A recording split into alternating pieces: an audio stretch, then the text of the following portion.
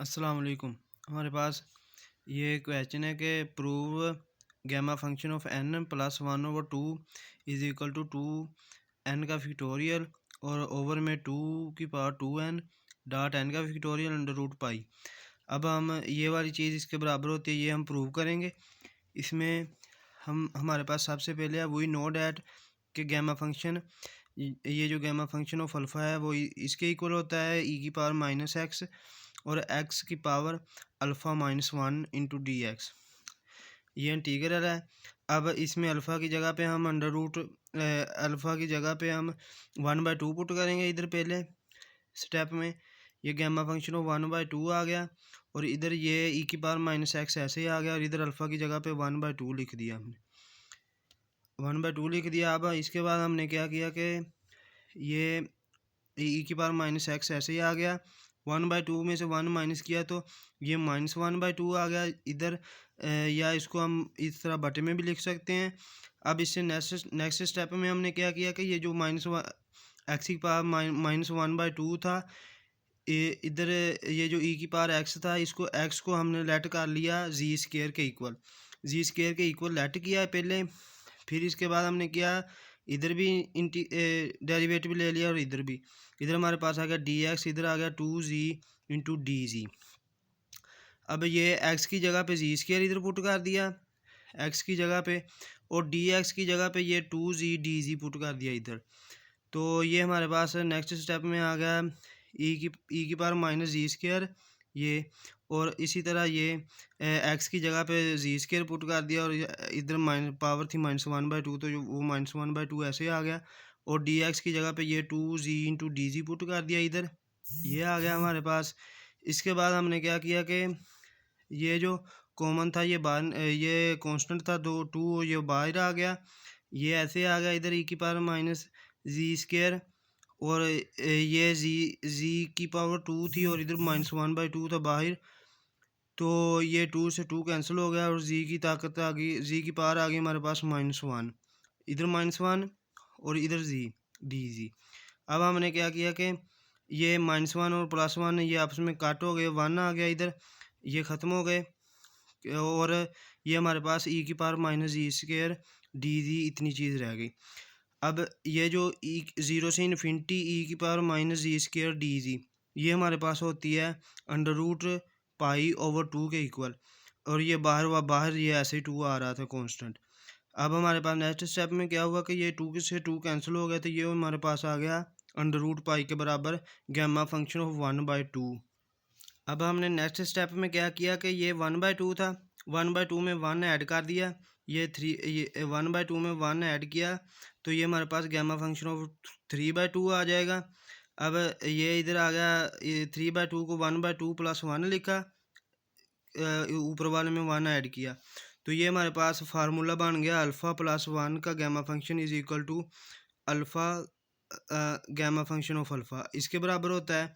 तो इधर हमारे पास 1/2 ऐसे ये फार्मूला इधर इसके बराबर पुट किया तो ये हमारे पास आ गया 1/2 गैमा फंक्शन ऑफ 1/2, ये 1/2 ऐसे आ गया और गैमा फंक्शन ऑफ 1/2 जो हमने ऊपर निकाला है अंडर रूट पाई वो इधर आ गया। अब ये वैल्यू आ गई गैमा फंक्शन ऑफ 3/2 की। इसके बाद हमने गैमा फंक्शन ऑफ 5/2 निकाला, वो क्या किया कि हमने 3/2 में 1 प्लस कर दिया तो ये 5/2 का गैमा फंक्शन आ जाएगा। अब इसी तरह इस पर भी यही फार्मूला लगा कि अल्फ़ा प्लस 1 का gamma function is equal to alpha gamma function of alpha, तो ये हमारे पास आ गया 3/2 गैमा फंक्शन ऑफ 3/2।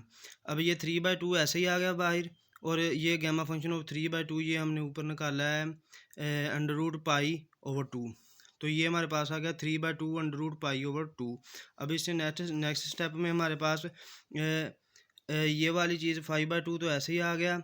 अब ये 3/2 के साथ डाट लगाकर 1 कर दिया और ये नीचे 2 था और इधर भी 2 था, तो ये हमारे पास आ गया 2 का स्क्वायर और ये अंडर रूट पाई साथ में ऐसे आ गया, ये 5/2 गैमा 5/2 की वैल्यू आ गई।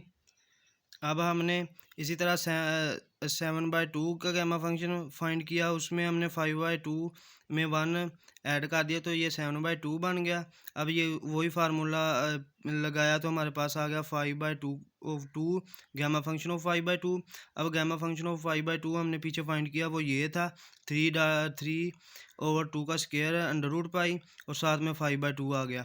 तो ये हमारे पास आ गया 5 3 1 और नीचे आ गया, इधर 2 का स्क्वायर था, इधर 2 था, तो इधर 2 का क्यूब आ गया और ये अंडर रूट पाई ऐसे ही आ गया साथ। ये 7/2 की वैल्यू आ गई।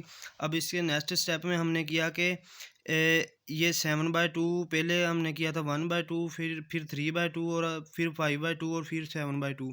तो ये ऑड वैल्यूज़ हैं, तो इसको हम लिख सकते हैं 2n+1/2 का gamma function is equal to ये 5 ये 7 तक था, तो nth वैल्यूज़ हमने लिखी हैं इधर। तो इधर भी ये जो 1 3 5 ये सीक्वेंस चला जा रहा था, ओड नंबर्स का, तो इसको हमने सो ऑन करके 2n-1 2n-3 सो ऑन 5 3 1 तक लिख दिया। और नीचे जो इधर 2 की पावर 3 था तो इधर 2 की पावर n लिख दिया और ये अंडर रूट पाई साथ में ऐसे आ गया। ये आ गई हमारे पास वैल्यू। अब इस नेक्स्ट स्टेप में हमने क्या किया कि ये जो हमारे पास 2n+1/2 था, इसको हमने n+1/2 लिख दिया, क्योंकि ये n+1/2 का अगर हम यूज़ ऑफ कर ले तो ये इसी के बराबर आएगा सोल्व करें तो। अब राइट हैंड साइड पे ये था, ये वैल्यू थी हमारे पास आई। इसको हमने क्या किया कि इससे नेक्स्ट स्टेप में हमने 2n-2 2n-4 सो ऑन 6 4 2 के साथ ऊपर भी मल्टीप्लाई कर दिया इसको भी, और ये नीचे वाली वैल्यू को भी ऊपर और नीचे मल्टीप्लाई किया इस वाली वैल्यू के साथ। तो ये हमारे पास हमारे पास ऊपर वाली वैल्यू बन गई 2n 2n-1 2n-2 2n-3 so on 1 तक गया, तो ये हमारे पास 2n का फैक्टोरियल बन गया।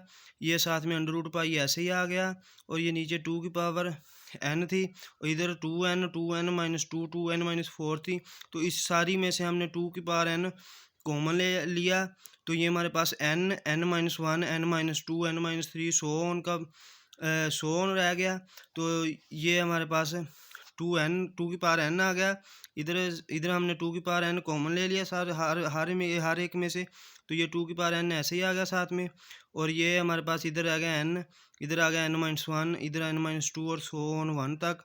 अब ये इतना हमारे पास बन गया n का फैक्टोरियल, ये अंडर रूट पाई, और ये 2n का फैक्टोरियल, और ये 2 की पावर n, तो ये मल्टीप्लाई हो रही हैं तो पावर्स ऐड हो गई, तो हमारे पास तो ये 2n हो गया। अब ये चीज़ हमारे पास प्रूव हो गई।